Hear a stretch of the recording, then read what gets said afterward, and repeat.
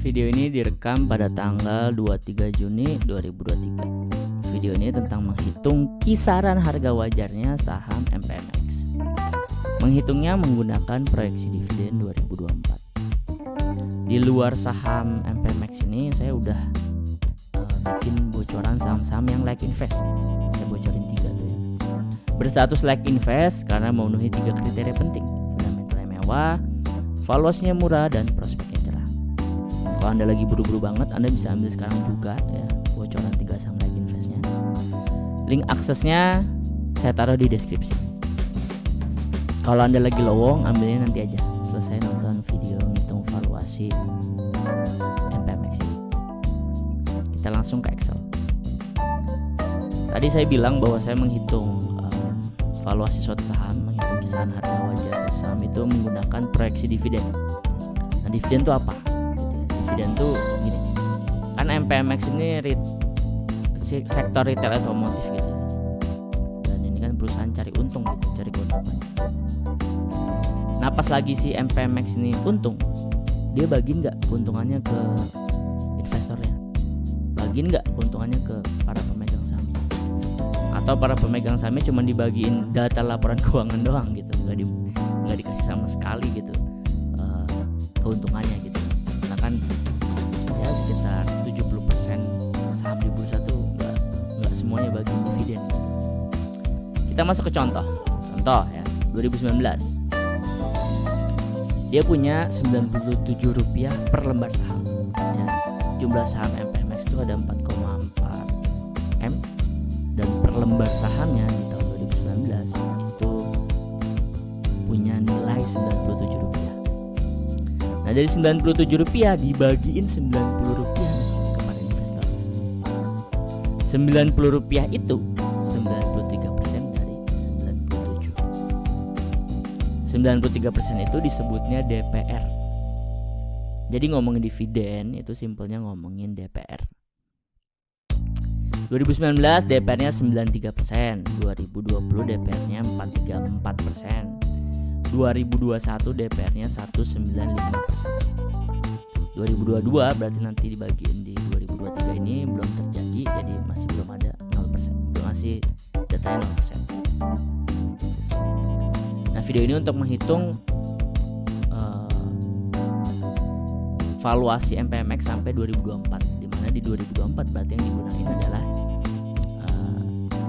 proyeksi yang kita pakai itu nanti DPR untuk tahun 2023. Oke. Nah, sampai sini dulu. Semoga Anda udah paham nih apa itu dividen dan apa itu DPR ya. Nah, sekarang untuk bisa dapat harga murahnya MPMX, wajarnya dan mahalnya MPMX itu kita butuh ngerjain 2 PR. PR pertama, kita memproyeksikan labanya. Itu PR pertama. PR kedua, memproyeksikan DPR.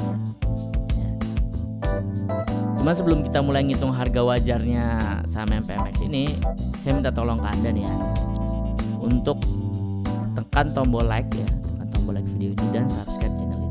Makin banyak yang ngelakuin, makin besar kemungkinan video ini ditemukan oleh pengguna YouTube yang ngetikin valuasi saham MPMX gitu. Saya minta tolong banget. Terima kasih sebelumnya. Oke, kita kerjakan PR pertama kita, yaitu proyeksi laba. Proyeksi laba yang kita akan lakukan adalah dari Q1 2023 ke Q4 2023. Nah, saya akan pakai data 4 tahun terakhir. 2019 Q1 ke Q4 dia naik 306%. Kuartal 1 ke kuartal 4 naik 360%. 2020 Q1 ke Q4 naik 79%. Jadi meskipun pandemi, Q1 ke Q4-nya masih naik lah, meskipun hanya 79%. 2021 Q1 ke Q4-nya naik 243%. 2022 Q1 ke Q4-nya naik 354%. 2023-nya berapa nih Q1 ke Q4-nya ya. Video ini dibuat kan 23 Juni 2023 ya, masih ada di Q1. Kita memproyeksikan laba Q4-nya nanti berapa gitu. Jadi kalau bagus kita bisa masuk duluan.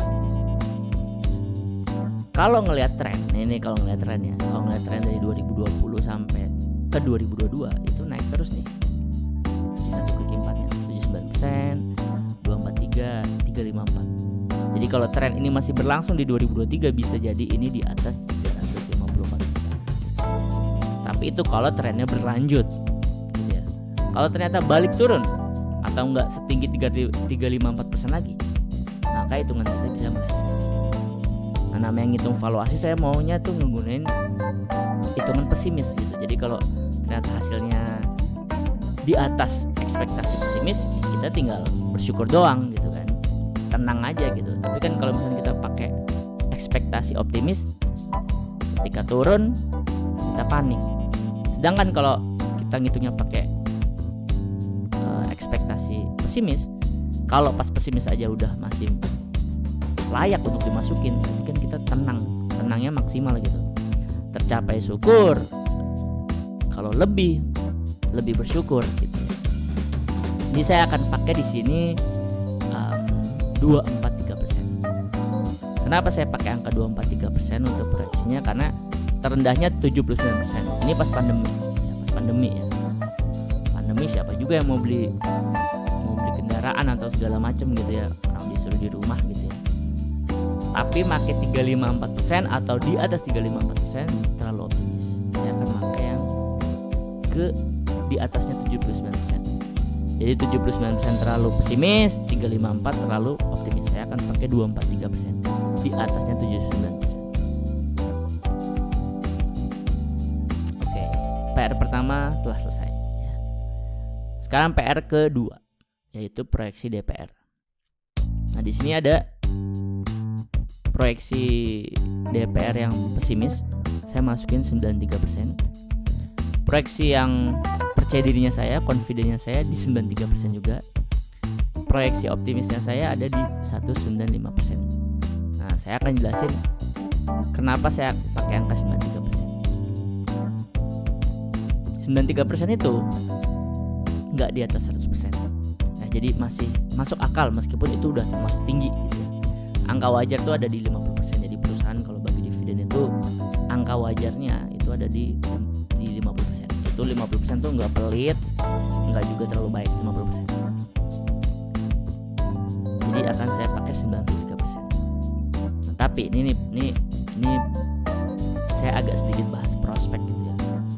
Karena bagaimanapun juga akan ada kaitannya juga menurut saya gitu. Si MPMX ini kan sahamnya paling besar dikuasain sama SRTG, Saratoga. Nah, Saratoga punyanya siapa? Punyanya Sandiaga Uno. Nah, Sandiaga Uno mau masuk politik nggak? Mau.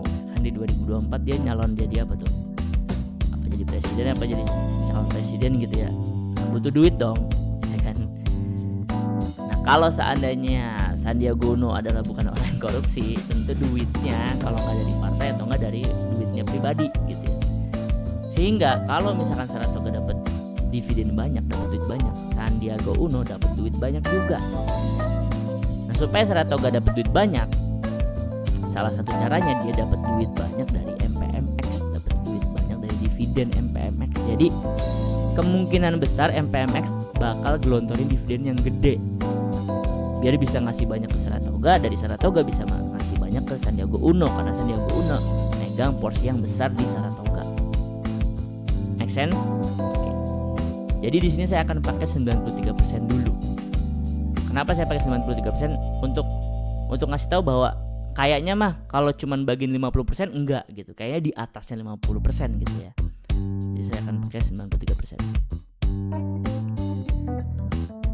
Nah, kalau kejadiannya beneran kayak gini, DPR-nya 93%, terus Q1 ke Q4-nya naik 243%, maka harga murahnya MPMX tuh ada di 937. Atau di harga sekarang 23 Juni di 1015 itu baru kelewat 8%. Sedangkan harga wajarnya ada di 1400, atau masih ada 38% sebelum menuju harga wajar. Kalau udah di harga wajar aja masih boleh masuk, ini menuju harga wajarnya aja masih ada 38%. Dan mahalnya ada di 1.800, atau ya kalau dari sudut pandang dividen, kalau sampai nyentuh harga sini layak lah untuk taking profit gitu ya. Itu masih ada 85%. Jadi sampai sini ya terserah Anda bisa nyimpulin sendiri gitu ya.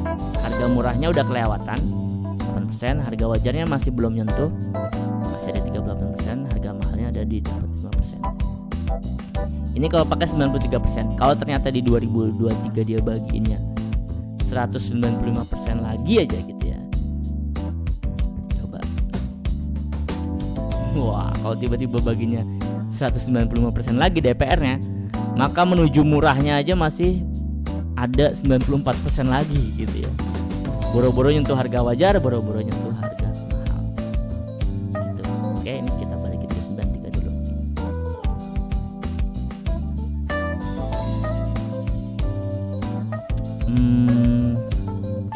Oke. Selanjutnya, buat yang mau sahamnya dihitungin juga kisaran harga wajarnya, silakan tulis kode sahamnya di komen. Kode saham yang banyak di request akan kami coba untuk didahulukan pembuatan video menghitung valuasi. Lalu template Excel yang Anda lihat itu, yang Anda lihat sekarang namanya SNET, singkatan dari SNET. Kalau Anda punya SNET, setidaknya dua manfaat ini nih yang bisa Anda dapat. Satu, Anda bisa ngitung harga wajar saham-saham Anda yang lainnya secara mandiri ya, seperti yang Anda baru tonton langkah-langkahnya. Cukup dua, proyeksiin labanya, sama kedua proyeksiin DPR. Yang kedua, Anda nggak gampang FOMO atau gampang kena fear gitu, karena Anda tuh jadi tahu kisaran harga murah, wajar, dan suatu sahamnya berapa gitu menggunakan sudut pandang dividen. Link info lengkapnya SNET sama pembeliannya SNET saya taruh di deskripsi. Kalau SNET tadi penawaran berbayar ya. Terus sekarang saya mau ngingetin penawaran gratisan saya yang tadi saya singgung di awal video tentang bocoran 3 saham Like Invest ya. Itu link aksesnya saya taruh di deskripsi. Jadi Anda mau mempelajari SNET lebih lanjut, atau mungkin mau langsung beli gitu, atau mau cuman ngambil bocoran 3 saham Like Investnya doang, silahkan sekarang juga Anda menuju link yang saya taruh di deskripsi. Sekian.